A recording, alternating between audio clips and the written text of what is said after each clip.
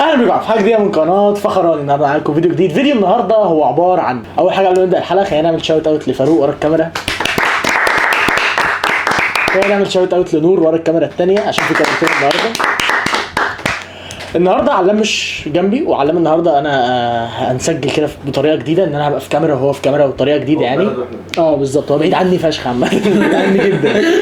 فالنهارده هنتكلم على شويه حاجات في البودكاست. هنتكلم مفيش اجواء قوي في حوارات الزمالك وكده، لكن في حوارات عرفناها، حركه الكوكاكولا واستفزاز الجمهور وجوميز وكل الكلام ده، وفي شباب كتير شفناها في الفريق.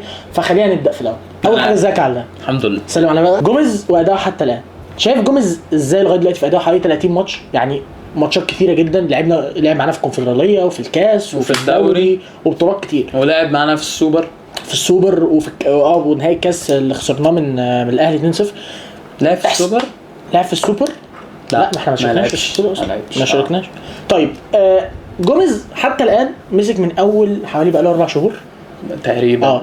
انت شايف اداؤه قد ايه حتى الان؟ جوميز هقول لك احصائيه برضو، جوميز لعب 30 ماتش، كسب 17 ماتش وتعادل حوالي 5-6 ماتشات وخسر حوالي 6 ماتشات. تمام، بس الماتشات اللي كان خسرها جوميز كانت مؤثره. طبعا. خلينا نرجع نشوف ماتش نهضة البركان في الذهاب، خسرنا بس كسبنا الماتش الثاني. تمام، بس انت خسرت ماتش الذهاب في المغرب. ماتش الكاس طبعا بتاع الاهلي وخسرنا من مقاولين.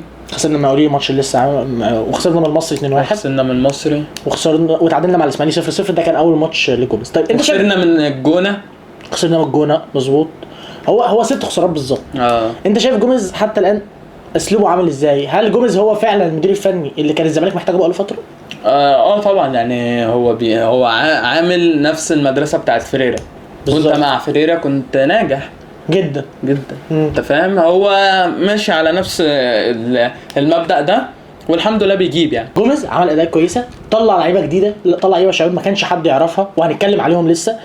جوميز انا شايف ان هو هو مدرب كويس، ومدرب من اول 8 من 10 او 7 من 10 في فتره قصيره. قدر ان هو يعمل انجازات مع الزمالك حتى لو كونفدراليه بس، يعني انت كونفدراليه بس كسبتها، قدر ان هو يكسب دريمز في نص النهائي، وقدر ان هو يعدي وكسب فيوتشر فعمل ماتشات كويسه جدا. جوميز من اللي شايفه حتى الان هو اداؤه، انا ما اعرفش صراحه، يعني انا بتفرج على كل ماتشات الزمالك بس حاسس ان الاداء ماتش وماتش يعني، ولا حاسس ان الاداء يعني دايما يقول لك في مدرب هجومي في مدرب دفاعي. انت شايف جوميز ايه؟ انا شايف ان هو بيحاول يظبط ما بين الاثنين بالظبط. انا كنت اسالك بحس ان هو متوازن. لا احنا بنعرف ندافع، عندنا لعيبه كويسه، بس انت عندك مشكله في الدفاع وهنتكلم عليها. طيب يعني جوميز اوفر اول يعني 8 7 ونص كده بالظبط. طيب تاني حاجه هنتكلم عليها ودي لازم نخش فيها على طول، لان دي حاجه هي الترند دلوقتي او هي اللي ماشيه دلوقتي، الاداره واستفزازها للجمهور. هتقول لي ازاي؟ لك بسبب حوار راعي لكوكاكولا المقاطعه اللي قدر ان احنا نتعاقد معاه ونبقى كنا بنتريق على الاهلي ان هو راعي كوكاكولا الراعي الرسمي ليه، دلوقتي بقى كوكاكولا الراعي الرسمي برضه للزمالك. شايف الموضوع ده ازاي؟ وشايف هل الاداره عامله كده لمصلحه النادي عشان نخش لنا فلوس، ولا عاملاها استفزاز في الجمهور بس؟ هو اكيد الاداره مش هتبقى عايزه تستفز الجمهور علشان حاجه معينه. هو انا شايفه ان هو حوار مادي اكتر من اللي هو دعايه. طب هل انت مع القرار ده؟ مع قرار ان معلم مش عارف ولا على ايه. انا متاكد ان هو ما يعرفش ولا على ايه. الاداره واستفزاز الجمهور، انت قلت انك مع القرار ده. طب فادتنا ماديا ازاي؟ يعني اكيد بيبقى في حاجه عامله زي مقدم كده انت بتاخده، تمام. بعد كده ايه عملنا بيه ايه؟ يعني ايه الحاجه اللي ظهرت؟ انت بتقول استفدنا بيه ماديا، ايه اللي ظهر؟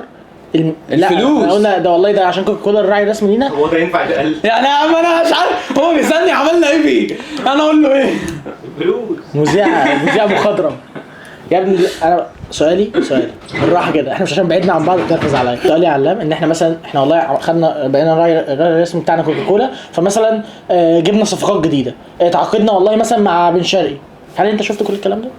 لا ولا لسه؟ كل الكلام ده بالمقدم بس. اصل هو بيقول لي انا مع الراعي الرسمي كوكاكولا. اصلا ممكن حتى لو كده يا ابني ممكن بيقسطوها. انت يا ابني لا، هم بيدوك فلوس في الاول، بعد كده بيدوك كل شويه. بالظبط. أيوة. هو مش هيديك. طب انت شايف ان هو مش هياخد اصلا مثلا الفلوس اللي ادوله؟ انا فاهم يا جدعان. سؤالي الهادي خالص. احنا طول ما في انت فكرت في الفلوس ونسيت الجمهور، طب ما انت زيك زي الاداره القديمه، زي انا على فكره داعم الاداره جدا وانت عارف، بس انت كده بتفكر بنفس تفكير الاداره القديمه بالظبط. هو الاداره القديمه عملت ايه؟ الاداره القديمه كانت بتفكر، ما كانتش بتفكر في الجمهور. ده بالنسبه لي اكتر حاجه كان شايفها، ان الاداره القديمه مش بتفكر في الجمهور تماما. في صفقات جديده بيقال اشاعات يعني انها جايه الزمالك، فخليني اقولهم لك. اول واحد طبعا اللي بيتقال بقاله كتير، بس هو الموسم ده بالذات الكلام عليه كتير جدا، هو بن شرقي. انت شايف الصفقه دي ازاي قبلها اصلا؟ حتى لو هو خلاص اكيد جاي، انت شايف لما يجي يلعب كبن شرقي خلاص رسميا في الفريق موقفه هيبقى ايه؟ هل جوميز هيتقبل ان هو يلعب؟ هل هيبقى اساسي على مصطفى شلبي؟ برضو العلم بن شرقي لعب 44 ماتش، جاب 22 جون بره. انا كنت اتوقع ان هو هيجيب اقل من كده بكتير جدا. هو خلي بالك هو نص نص يعني، هو وينجر وبيهاجم، فلو هو يجيب 22 جون ده وحش قوي. انت شايف ان هو وحش؟ هو خلي بالك الدوري الاماراتي سهل، هو في موسمين كمان يعني في نادي، هو الكلام ده مع اي نادي راحوا بعد الزمالك. هو لعب في الجزيره بس. لا لعب في الجزيره ولعب في الريان، اسمها الريان. ايوه صح. هو خلي بالك ماشي، هو الدوري القطري يعني ما فيهوش غير يعني انت قصدك ممكن ايوه القطري ما فيهوش. انت قصدك يا ابني ده انا كنت زمان بتفرج على بينو سبورت، كان بتجيب ملخص الماتشات، بلاقي الدحيل 6 9 8. يعني انت شايف ان بن شرقي لو جه الزمالك مش هيفيد؟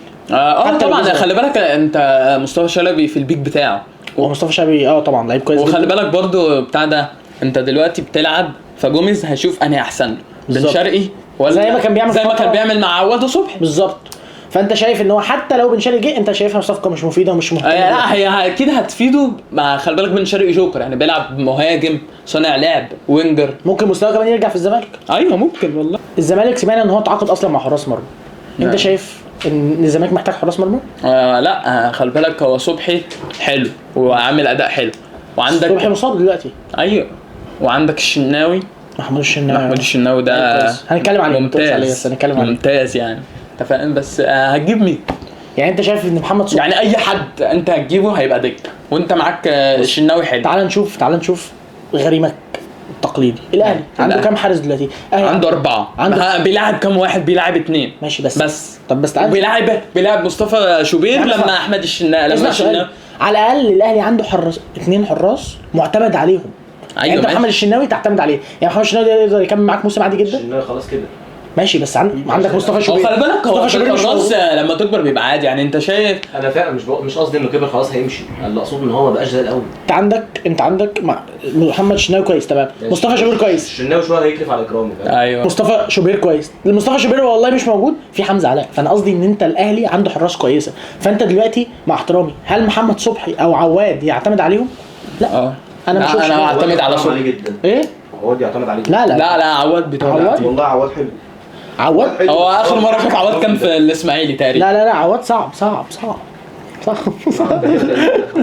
لا عواد انا هو طول ما هو موجود في الزمالك وطول ما هو بادئ في تشكيله سنه انا ببقى خايف. بما اتكلمنا على الحراسه واتكلمنا على عواد وصبحي، وانت شايف ان عواد وصبحي كافيين جدا، طب ايه رايك اولا في محمود الشناوي كحارس عامه؟ ممتاز يعني، عمل ماتش بيراميدز حلو، وعمل الماتش اللي فات حلو، حتى الماتش المقاولين اللي عمله كان كويس. حتى والغلطه مدافعين مدافعين. يعني انت شايف محمود الشناوي لما ان شاء الله صبحي يرجع، صبحي الاساسي ومحمود الشناوي البديل بس مش عايز حاجه ثانيه، مش عايز حاجه ثانيه بقى من الحراسه خالص. يعني انت واثق في صبحي جدا. طيب برضو في كذا لعيب، في محمد السيد، في ايشو، محمد السيد ده اللي هو اللي عامل مولد ده. ايوه. وفي عمار ياسر الاسمراني طويل. عمار ياسر ده مهاجم. عمار ياسر كويس، بس شايف ان هو يعني واخد ثقه زياده عن اللزوم. في سن صغير واخد ثقه زياده عن اللزوم. وايشو برضو كويس، بس ايشو طيب اخر حاجتين نتكلم فيها، اول حاجه هي تجديد سيف الجزيري، وان سيف الجزيري جدد ل 2027. انت شايف الموضوع ده ازاي؟ شايف اصلا سيف الجزيري كمهاجم وكارقامه ازاي؟ يعني سيف الجزيري لعب حوالي 160 ماتش مع الزمالك، جاب 55 جول. بص هو الجزيري احسن حاجه فيه ان هو يخش ال 18 يتاخد فاول وضربه جزاء. يعني انت شايف بس هل انت شايفه ينافس اسامه ابو علي؟ لا بعيد تمام. طبعا. هل في مهاجم اصلا في مصر دلوقتي في الوقت اللي بكلمك فيه ينافس اسامه ابو علي؟ تمام. حتى مبولول. سيف الجزيري انا مش شايفه ان هو راس حربه للزمالك تمام. ليه؟ يعني شايف بالنسبه لي سامسون افيد منه. لا سامسون وحش قوي. مش شفنا كذا كوره، شفت السول اللي عمله مصطفى شلبي في الجون الاولاني. ايوه انبي تقريبا او الثاني. بس شفت بقى ناصر منسي ولما حطها. بالنسبه لناصر منسي هيمشي ده اللي كده هيروح البنك الاهلي تاني. تمام. ناصر منسي كانت تجربه فاشله مع الزمالك طبعا. هل انت واوباما هيمشي، هل انت شايف اصلا موافق على حوار اوباما ده؟ انا مش موافق والله، انا كنت مستنيك تقول لي عملتوا ايه بقى انتوا كده؟ معلش للناس الشيخ علي بيتفرج. سيف الجزيري مش مهاجم الزمالك من وجهه نظرك، هل هو تاني؟ هل الزمالك محتاج مهاجم من الاخر طب مين اللي انت شايفه؟ هو اي حد اي حد اللي معايا اي حد بره الدوري المصري. زلاتان ابراهيموفيتش هينفع لو حصل في الامور وجبنا مبلولو، شايفه مفيد ولا لا؟ مبلولو مش مفيد؟ طبعا. اللي كان هداف الدوري المصري السنه اللي فاتت يا حبيبي ما اي حد ممكن يبقى هداف الدوري المصري.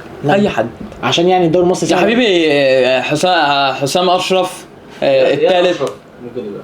لا اسف ما ينفعش عمال افضلهم الصبح. كم؟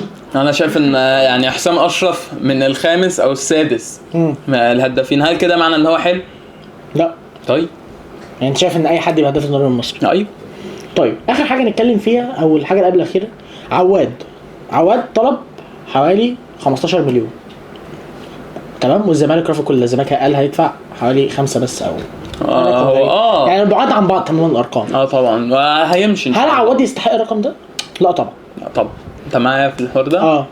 يعني انت شايف ان عواد الافضل ان هو يمشي ويبقى صبحي والشناوي فقط في حراسه المرمى، واجيب اي حد من الناشئين الثالث وهيبقى زي الفل. يعني انت مش شايف انك محتاج تصرف في حراسه المرمى؟ ممكن تصرف في الهجوم في نص الملعب. هتبقى الحاجات اللي هتبقى مفيده ليك اكتر. دي كانت الحلقه بتاعتنا النهارده. نحب نشكر فاروق ستاني، نحب نشكر نور صلاح، نحب نشكر علام لا نحب نشكر ابراهيم، نحب اشكرني طبعا. لا ما تخافش تصدق انا غلطان والله غلطان والله هعمل لك اكتر. نشكر علام طبعا يا رجاله بعد اذنكم. لا بعد اذنكم الاول علام ما بيعرفش يتكلم. انا مش عارف اقف قدام الكاميرا ليه. عشان هو يا باشا عنده كاريزما. كاريزما. خليك محروق انت بقى كده. وبس كده، دي كانت الحلقه بتاعتنا النهارده. نورتني علام بامانه والله بجد، كل مره بقولها لك بس انت ما تنورنيش يعني، بس ماشي. دي كانت الحلقه بتاعتنا النهارده. مش تعمل لايك شير بس كده. سلام.